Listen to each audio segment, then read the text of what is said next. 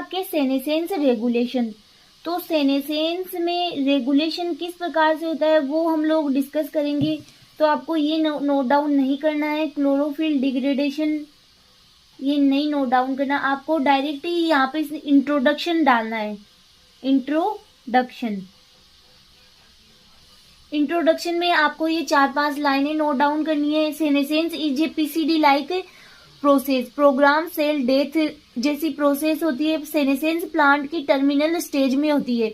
यह किसी भी लिविंग ऑर्गेनिज्म की both stage, vegetative and reproductive stage की टर्मिनल स्टेज होती है। जब किसी भी प्लांट का सेनेसेंस होता है, रेस्पिरेशन रेट इंक्रीज होती है और मैक्रोमोलिक्यूल्स का क्या हो जाता है, डिग्रेडेशन हो जाता है। Senescing cells and tissues are metabolically very active, ठीक है। Chlorophyll is broken down and lipid are converted to soluble sugars.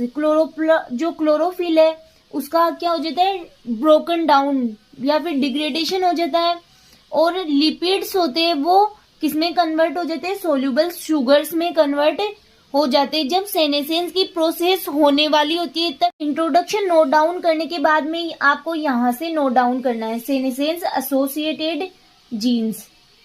जो आपके काम की चीज है या फिर जो आपके एग्जाम के टाइप से मोस्ट इम्पोर्टेंट है, मैं आपको वो ही बताने वाली हूँ कि आपको वो ही नोट डाउन करना है। इसमें एक्स्ट्रा कुछ भी ऐड नहीं करना है, आपको जो लिखा हुआ है उसको आपको लर्न करना है और वो ही आपके एग्जाम में आए तो आपको नोट डाउन करके आना है। बहुत इजी सिंपल लैंग्वेज में आपके लिखा हुआ है। Many of new pathway are encoded by senescence gene.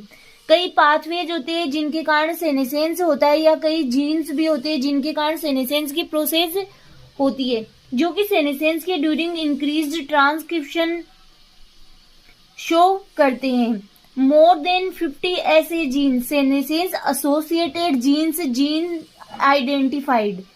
Different species में सेनेसेंस जीन भी डिफरेंट होते हैं, like LSC from Brassica, SAG from Arabidopsis.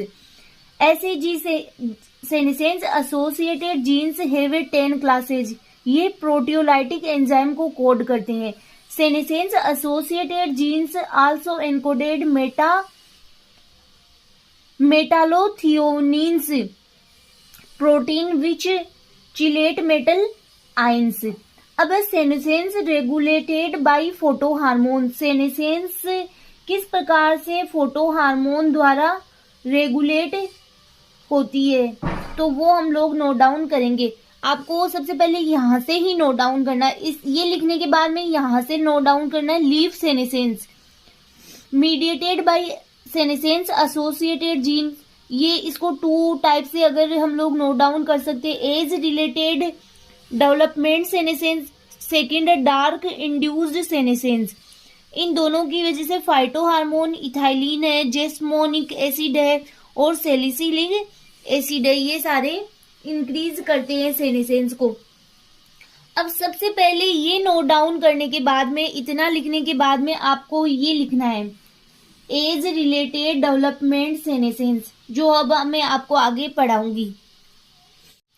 ये लिखने से पहले आपको एक बार ये भी देख लेना होगा यहाँ पे, क्योंकि इनमें जो वो हार्मोन्स नोट डाउन किए गए जो क्या होते हैं, सेनेसेंस को इंक्रीज कर रहे हैं, और कुछ हार्मोन होते हैं जो सेनेसेंस को क्या कर रहे हैं, कम कर रहे हैं, ठीक है, प्रिवेंट कर रहे हैं या फिर डिले कर रहे हैं। जिसे हम लोग पहले बात करें नेगेटिव, डिले और प्रिवेंट। कौन से हार्मोन है जो सेनेसेंस को कम करते हैं? साइटोकाइनिन मोस्ट इंपोर्टेंट हार्मोन है साइटोकाइनिन, जो कि सेनेसेंस को डिले करता है, प्रिवेंट करता है। जिब्रेलिक एसिड, ऑक्सिन, ये क्या कर रहे हैं, जो सेनेसेंस की प्रोसेस है उसको कम कर रहे हैं, ठीक है, ये नेगेटिव है सेनेसेंस के लिए। फिर पॉजिटिव और प्रमोट, वो हार्मोन जो सेनेसेंस को बढ़ा रहे हैं, ठीक है, जिनके बढ़ने से सेनेसेंस की प्रोसेस बढ़ती है, इंक्रीज होती है। तो आपके सबसे पहला तो है इथाइलिन, फिर है सैलिसिलिक एसिड, फिर जेस्मोनिक एसिड, फिर ब्रेसिनोस्टेरॉइड्स। एसटी नहीं, यहाँ पे है SLS। SLS का मीनिंग होता है स्ट्रिगोलेक्टोन। स्ट्रिगोलेक्टोन हार्मोन होता है, वो भी एक प्रकार से पॉजिटिव इफेक्ट ही डालता है। सेनेसेंस जो सेनेसेंस प्रोसेस होती है उसको इंक्रीज ही करता है। तो यहाँ पे आपको लिखना है SLS, स्ट्रिगोलेक्टोन। अगर आप इसका नाम नोट डाउन करना चाहते हो तो इसको बोला जाता है स्ट्रिगोलेक्टोन हार्मोन। एब्सिसिक एसिड, ये सारे जो हार्मोन है वो प्रमोट करते हैं सेनेसेंस को, और ये मेन 3 हार्मोन है वो करते हैं प्रिवेंट करते हैं सेनेसेंस को, डिक्रीज करते हैं। अगर आपको शॉर्ट क्वेश्चन में ऐसे पूछ लिया जाए कि ऐसा कौन सा मोस्ट इम्पोर्टेंट हार्मोन है जो सेनेसेंस को डिले करता है, प्रिवेंट करता है, तो आपको साइटोकाइनिन ही लिखना है, क्योंकि साइटोकाइनिन सबसे मोस्ट इम्पोर्टेंट हार्मोन है जो सेनेसेंस की प्रोसेस है उसको डिले करता है। बाद में आता है जिब्रेलिक एसिड और ऑक्सिन, ठीक है। और इथाइलिन है वो सबसे ज्यादा प्रमोट करता है लीफ सेनेसेंस को, तो आप नोट डाउन कर। आगे है आपके सबसे पहला एज रिलेटेड डेवलपमेंट सेनेसेंस। इस प्रोसेस को समझने के लिए, सेनेसेंस रेगुलेशन समझने से पहले आपको फिर से मैं एक बार जो हम लोगों ने पढ़ा वो ही आपको रिवाइज करवा देती हूँ। सबसे पहले हमने पढ़ा कि लीफ सेनेसेंस, ठीक है। लीफ सेनेसेंस में जो मीडिएटेड हो रहे थे वो थे सेनेसेंस एसोसिएटेड जीन्स।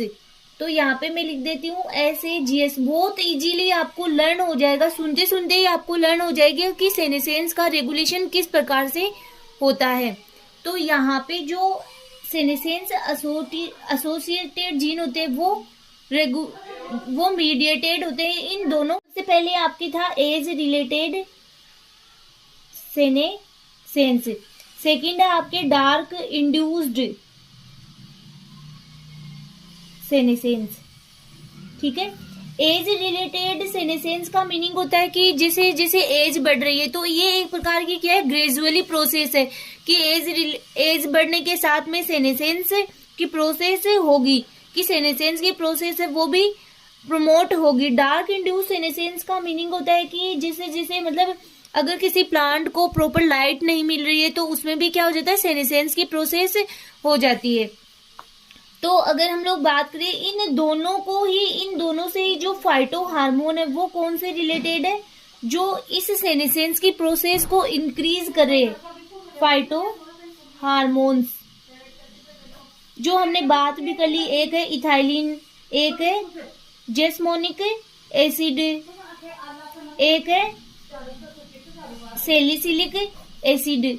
तो ये आपके हार्मोन्स है, फाइटो हार्मोन्स है जो सेनेसेंस को क्या कर रहे हैं, इंक्रीज कर रहे हैं। अब सबसे पहले हम बात करते हैं एज रिलेटेड डेवलपमेंट सेनेसेंस की प्रोसेस। बहुत इजी सी है, ये आपको इतनी बड़ी दिख रही है ना, ये आपको इजीली ही समझ में आ जाएगी।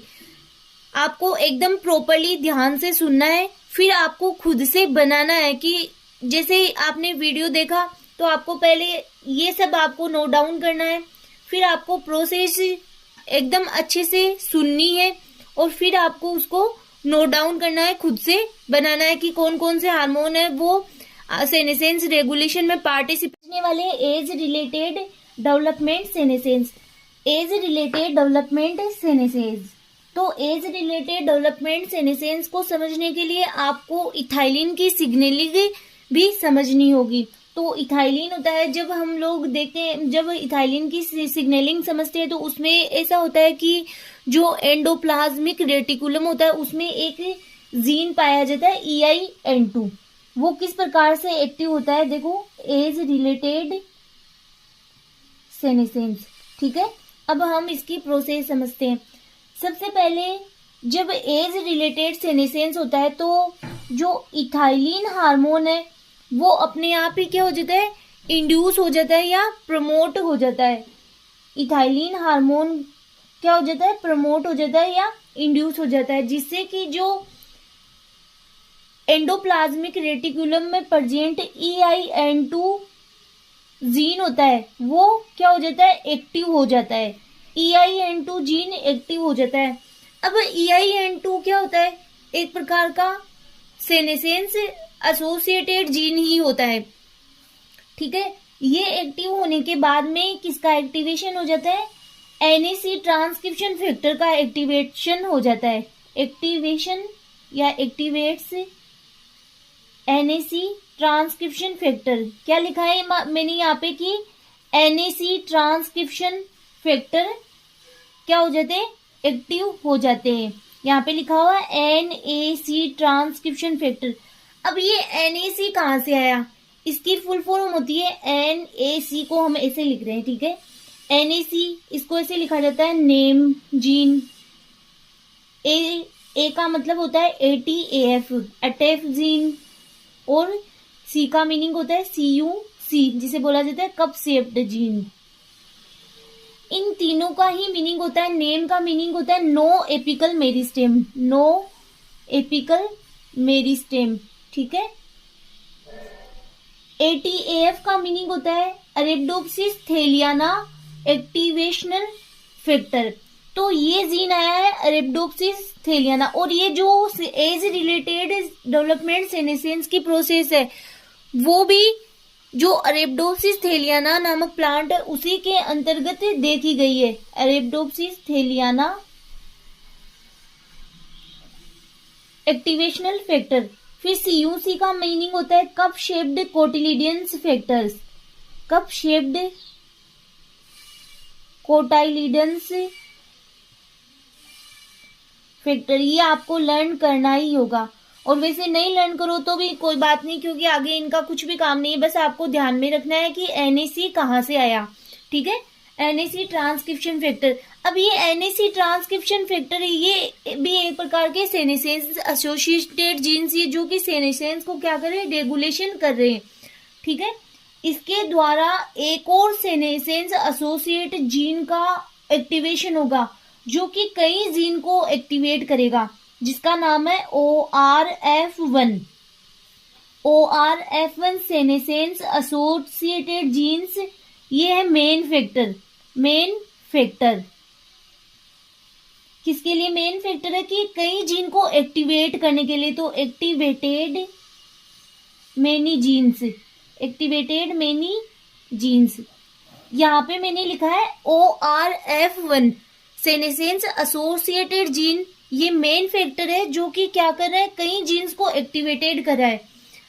अब इसके कई जीन एक्टिवेटेड होने के कारण ही लीफ सेनेसेंस होता है। वो किस प्रकार से, इसके द्वारा तीन, अगर हम लोग देखें तो 3 जीन का एक्टिवेशन देखते हैं कि यहाँ पे सबसे पहले इसके द्वारा होता है कि एक ये जीन क्या करता है, जो GLK1 होता है और GLK2, इन दोनों के क्या होता है, एंटागोनिस्ट होता है। कौन, ये एंटागोनिस्ट का मतलब होता है इनके अगेंस्ट होता है। अब GLK1 और GLK2 क्या होती है, GLK1 एंड GLK2 जीन होते हैं, वो होते हैं गोल्डन 2 लाइक 1, और ये होता है गोल्डन 2 लाइक 2, गोल्डन 2 लाइक 2। ये होते हैं जो क्लोरोप्लास्ट को मेंटेन करते हैं। ये दोनों जीन्स क्या करते हैं, क्लोरोप्लास्ट को मेंटेन करते हैं। मैं यहाँ पे लिख रही हूँ क्लोरोप्लास्ट मेंटेन। ये दोनों क्या करते हैं, क्लोरोप्लास्ट को मेंटेन करते हैं। ये अगर क्लोरोप्लास्ट को मेंटेन कर रहे हैं और अगर इनका ही क्या हो रहा है कि इनका डिग्रेडेशन हो रहा है, तो क्लोरोप्लास्ट का मेंटेनेंस नहीं होगा। जो ORF1 जीन है वो क्या होता है, इन दोनों के एंटागोनिस्ट होता है, मतलब अगेंस्ट कार्य करता है, एंटागोनिस्ट विथ GLK1 और GLK2, ठीक है। अगर क्लोरोप्लास्ट के एंटागोनिस्ट अगेंस्ट ये वर्क करे तो क्लोरोप्लास्ट का क्या हो जाएगा, क्लोरोप्लास्ट का डिग्रेडेशन हो जाएगा, क्लोरोप्लास्ट डिग्रेडेशन। अगर क्लोरोप्लास्ट का डिग्रेडेशन हो जाएगा तो फोटोसिंथेसिस की प्रोसेस क्या हो जाएगी, इनहिबिट हो जाएगी, इनहिबिट। फोटोसिंथेसिस की प्रोसेस इनहिबिट हो जाएगी तो क्या हो जाएगा, सेनेसेंस हो जाएगा, लीफ सेनेसेंस, ठीक है। अगर फोटोसिंथेसिस की प्रोसेस ही नहीं हो रही है तो प्लांट में क्या हो जाएगा, सेनेसेंस की प्रोसेस हो जाएगी। एक प्रोसेस ये हो गई 1 नंबर। सेकेंड है, हम लोग देखते हैं कि जो ORF1 जो ORF1 सेनेसेंस एसोसिएटेड जीन होते हैं वो करते हैं, जो बाई फंक्शनल न्यूक्लिएट होते हैं उसको एक्टिव करते हैं, जो कि न्यूक्लिक एसिड का क्या करते हैं, डिग्रेडेशन करते हैं। अब न्यूक्लिक एसिड जिसमें डीएनए आरएनए का ही अगर डिग्रेडेशन हो रहा है तो ऑब्वियसली वापस से सेनेसेंस की प्रोसेस हो गईगी। तो यहाँ पे हम लोग लिखते हैं up regulated BFN first by functional nucleus first. ये क्या करेंगे, न्यूक्लिक एसिड का डिग्रेडेशन करेंगे, न्यूक्लिक एसिड डिग्रेडेशन। अगर न्यूक्लिक एसिड का डिग्रेडेशन हो रहा है तो वापस से कौन सी प्रोसेस होगी, लीव सेनेसेंस की। ये सेकंड नंबर प्रोसेस हो गई आपके। अगर थर्ड नंबर की प्रोसेस की बात करें हम लोग तो ORF1 सेनेसेंस एसोसिएटेड जीन है वो एक जीन को एक्टिव करेंगे जिसका नाम है SINA फर्स्ट 7 एबेंशियल फर्स्ट। यहाँ पे मैं इसका पूरा नाम लिख देती हूँ, 7 एबेंशियल TIAL 7 एबेंशियल फर्स्ट हो जाएगा। तो अगर इसका एक्टिवेशन हो गया तो ये क्या करेगा, जो प्रोटीन है उसका डिग्रेडेशन करेगा, डिग्रेडेशन ऑफ प्रोटीन। अगर प्रोटीन का ही डिग्रेडेशन हो रहा है तो वापस से कौन सी प्रोसेस होगी, लीव सेनेसेंस या सेनेसेंस की प्रोसेस होगी।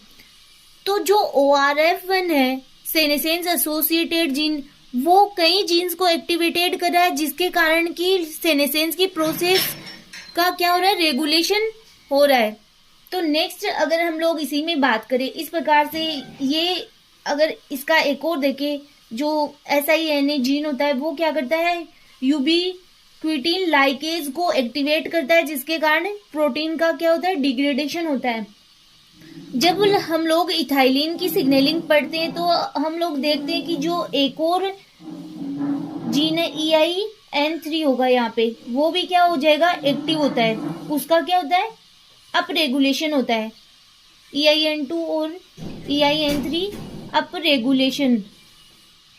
रेगुलेशन होता है, जो कि क्या करते हैं, जो कि मतलब जो यहाँ पे एक mRNA होता है जिसका नाम है MIR164, इसको क्या करते हैं, रिप्रेशन करके रख। ये EIN3 क्या करता है, इसको रिप्रेस करता है। अगर MIR अगर एक्टिव है तो यहाँ पे सेनेसेंस की प्रोसेस नहीं होगी, बट अगर EIN3 जब एक्टिव होके इसको क्या करता है, इनहिबिट करता है, और इसके इनहिबिट होने से क्या होता है कि इसका एक्सप्रेशन होता है, लीड एक्सप्रेशन। तो अगर इसका एक्सप्रेशन होगा तो वो ही सेनेसेंस की प्रोसेस होगी, इसके थ्रू भी किसकी, सेनेसेंस की प्रोसेस हो रही है। तो ये था आपके age related senescence. I hope आपको इजीली समझ में भी आया होगा कि किस प्रकार से सेनेसेंस रेगुलेशन की प्रोसेस हो रही है। आगे हम लोग स्टडी करेंगे ये डार्क इंड्यूस सेनेसेंस, इसको भी हम लोग देख लेते हैं कि डार्क इंड्यूस्ड सेनेसेंस है वो किस प्रकार से। हम बात करते हैं डार्क इंड्यूस्ड सेनेसेंस, ठीक है। डार्क इंड्यूस्ड सेनेसेंस में क्या होता है, जैसे हमने बताया कि जो प्लांट होते हैं उन्हें प्रॉपर लाइट नहीं मिल पाती है, तो डार्क इंड्यूस्ड सेनेसेंस में क्या होता है, इथाइलिन की बायोसिंथेसिस होती है। और इथाइलिन किसको प्रमोट करता है, सेनेसेंस को, इथाइलिन बायोसिंथेसिस। इथाइलिन की बायोसिंथेसिस होती है। जब हम फोटोमोर्फोजेनेसिस पढ़ते हैं तब हम वहां पे एक हार्मोन पढ़ते हैं PIF3, फाइटोक्रोम इंटरेक्टिंग फैक्टर, ठीक है। ये फाइटोक्रोम इंटरेक्टिंग फैक्टर क्या होता है, ये मान लो कोई जीन है तो इसको क्या होता है, ट्रांसक्रिप्ट नहीं होने देता है। जब अगर सेनेसेंस की प्रोसेस हो रही तो इसे क्या नहीं होने देता है, ट्रांसक्रिप्शन को रोक के रखता है, ट्रांसक्रिप्शन नहीं होने देता है, जिससे कि जो आगे जो GLK1 और GLK2 जीन्स होते हैं उनका क्या होता है, रेगुलेशन नहीं हो पाता है, और क्लोरोप्लास्ट होते हैं, जो क्लोरोप्लास्ट होता है उसका डिग्रेडेशन हो जाता है। सेम वही प्रोसेस आगे होती है। जो फाइटोक्रोम इंटरेक्टिंग फैक्टर होते हैं वो ट्रांसक्रिप्शन की प्रोसेस नहीं होने देते। अगर ट्रांसक्रिप्शन की प्रोसेस नहीं होगी तो क्या नहीं बनेगी, प्रोटीन नहीं बनेगी, ठीक है। ट्रांसक्रिप्शन की प्रोसेस के द्वारा आगे प्रोटीन बनती है, वो प्रोटीन नहीं बन पाएगी, और इसके अंतर्गत अगर प्रोटीन नहीं बनेगी तो आगे क्या होगा, क्लोरोप्लास्ट का मेंटेनेंस नहीं होगा। तो जो इथाइलिन की बायोसिंथेसिस होगी तो उसके अंतर्गत जो एक ये जीन है फाइटोक्रोम इंटरेक्टिंग फैक्टर, ठीक है, इनका क्या होता है, अनरेगुलेशन हो जाता है, कि इनका अनरेगुलेशन हो जाता है, ठीक है। ये क्या होते हैं कि ये किसको इनिबिट करते हैं, ये करते हैं GLK1 और GLK2, इनको क्या करते हैं कि इनके साथ बाइंड हो जाते हैं, ठीक है, इनके साथ बाइंड हो जाते हैं, बाइंड टू इबॉक्स, एंड जो क्लोरोप्लास्ट का मेंटेनेंस होता है उनको नहीं होने देता है, और जिससे क्या हो जाता है, क्लोरोप्लास्ट का डिटेरियोरेशन हो जाता है, अर्थात क्लोरोप्लास्ट का क्या हो जाता है, डिग्रेडेशन हो जाता है, और फोटोसिंथेसिस की प्रोसेस क्या हो जाती है, इनहिबिट हो जाती है। फोटोसिंथेसिस की प्रोसेस इनहिबिट हो जाएगी, जिससे कि सेनेसेंस हो जाएगा, ठीक है। सेनेसेंस की प्रोसेस क्या हो जाएगी, इंक्रीज हो जाएगी। तो ये था आपके dark induced senescence. I hope आपको इजीली समझ में आया होगा कि जो एज रिलेटेड सेनेसेंस और डार्क इंड्यूस्ड सेनेसेंस है उनका रेगुलेशन किस प्रकार से होता है। अब अगर हम लोग इनको इसमें समझे तो वो देखो आपके यहाँ पे इथाइलिन है, इथाइलिन की सिग्नलिंग जब हम पढ़ते हैं तो वहां पे आता है कि जो एंडोप्लाज्मिक रेटिकुलम होता है उसमें प्रेजेंट होता है EIN2, ये एक्टिव हो जाएगा। ये एक्टिव होने से किसको एक्टिव करेगा, NAC transcription factor. NAC transcription में N का मीनिंग होता है no apical meristem, A for Arabidopsis thaliana transcription factor, C for cup shaped cotyledons factor, ठीक है। तो ये वाली प्रोसेस है वो किसके अंतर्गत देखी गई है, अरेबिडोप्सिस थेलियाना नामक प्लांट के अंतर्गत ही देखी गई। ये एक्टिव करते हैं ORF1 जो सेनेसेंस एसोसिएटेड जीन, ये भी एक प्रकार के सेनेसेंस एसोसिएटेड जीन्स ही होते हैं। ये main factor activated many gene, कई जीन को एक्टिवेट करता है, जिसके कारण जैसे सबसे पहले हम लोगों ने बात की एंटागोनिस्ट विथ GLK1 और GLK2। अब ये प्रोसेस आपको ऐसे नहीं लगेगी कि कितनी बड़ी प्रोसेस है, कैसे लर्न होगी, बहुत इजी सी लगेगी। जब आप लोग थोड़ा पीछे वीडियो को देखोगे तब अगर वहां से आप लोग इसको समझ लोगे तो आपको ये प्रोसेस बहुत इजी लगने लगेगी, और आप इसको एक बार सुन के खुद ही बना लोगे। क्योंकि कई बार आपकी एग्जाम में पूछा जाता है सेनेसेंस रेगुलेशन, तो आपको ये ही बना के आना है, जिससे कि क्लोरोप्लास्ट का डिटेरियोरेशन हो जाता है, फोटोसिंथेसिस इनहिबिट, ये सिंबल है वो किसका है, इनहिबिट होना, जिससे कि लीफ सेनेसेंस। नेक्स्ट है upregulated BFN first by functional nucleus first, nucleic acid का डिग्रेडेशन हो जाता है, जो RNA DNA उनका डिग्रेडेशन होने से लीफ सेनेसेंस होता है। थर्ड है SINA फर्स्ट 7 एवेंशियल फर्स्ट, जो कि एक प्रकार से किसको एक्टिवेट करता है, यूबिक्विटिन लाइकेज को एक्टिवेट करता है। यूबिक्विटिनाइजेशन ऑफ लीफ प्रोटीन, जो लीफ में प्रेजेंट प्रोटीन है उनका डिग्रेडेशन हो जाता है, जिससे लीफ सेनेसेंस की प्रोसेस होती है।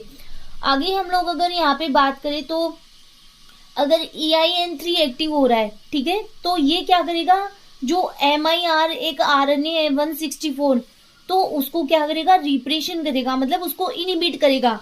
अगर ये एक्टिव है तो सेनेसेंस नहीं होगा, बट इसका अगर इनहिबिट हो रहा है, मतलब ये कम हो रहा है, डिप्रेशन हो रहा है इसका, तो ये किसको लीड करेगा, इसके एक्सप्रेशन को लीड करेगा, तो जिससे कि सेनेसेंस की प्रोसेस होगी।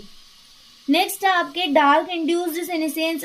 डार्क इंड्यूस्ड सेनेसेंस है वो इथाइलिन को प्रमोट करेगा, या इथाइलिन की बायोसिंथेसिस होगी, जिससे कि जो हमारे पास जो PIF3 जीन होते हैं, जो कि किसके अंतर्गत,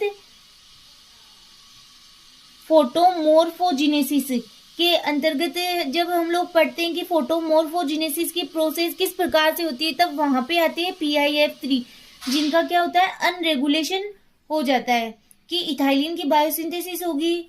ये अगर बढ़ रहे हैं तो फोटोमोर्फोजिनेसिस नहीं होगा, क्योंकि ये क्या करते हैं कि फोटोमॉर्फोजेनेसिस की प्रोसेस को क्या करते हैं, कम करते हैं, या फिर उसको उसके लिए क्या इनहिबिट करते हैं। एक प्रकार से रिप्रेशर होते हैं। फोटोमॉर्फोजेनेसिस की प्रोसेस अगर नहीं हो रही है, कि जीन का ट्रांसक्रिप्शन अगर नहीं हो रहा है, तो सेनेसेंस की प्रोसेस होगी। और इथाइलिन क्या करता है कि इसका अप रेगुलेशन करता है, यहाँ पे अप रेगुलेशन होगा, इथाइलिन का अप रेगुलेशन करता है। ठीक है, ये क्या करेगा, फोटोमॉर्फोजेनेसिस को नहीं होने देगा। जब इसकी मात्रा ज्यादा होगी तो ये फोटोमॉर्फोजेनेसिस की प्रोसेस को नहीं होने देगा, जिससे कि क्लोरोप्लास्ट नहीं बनेगा या क्लोरोप्लास्ट का मेंटेन नहीं हो पाएगा।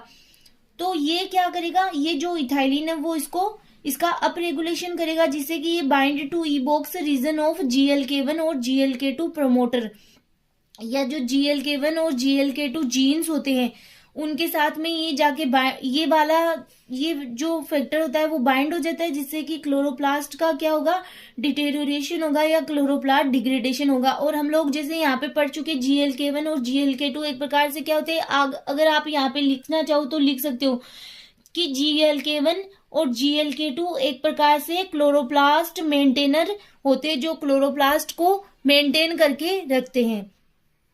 Photosynthesis inhibited and leaf senesces, photosynthesis inhibit होती है और लीफ सेनेसेंस अकर।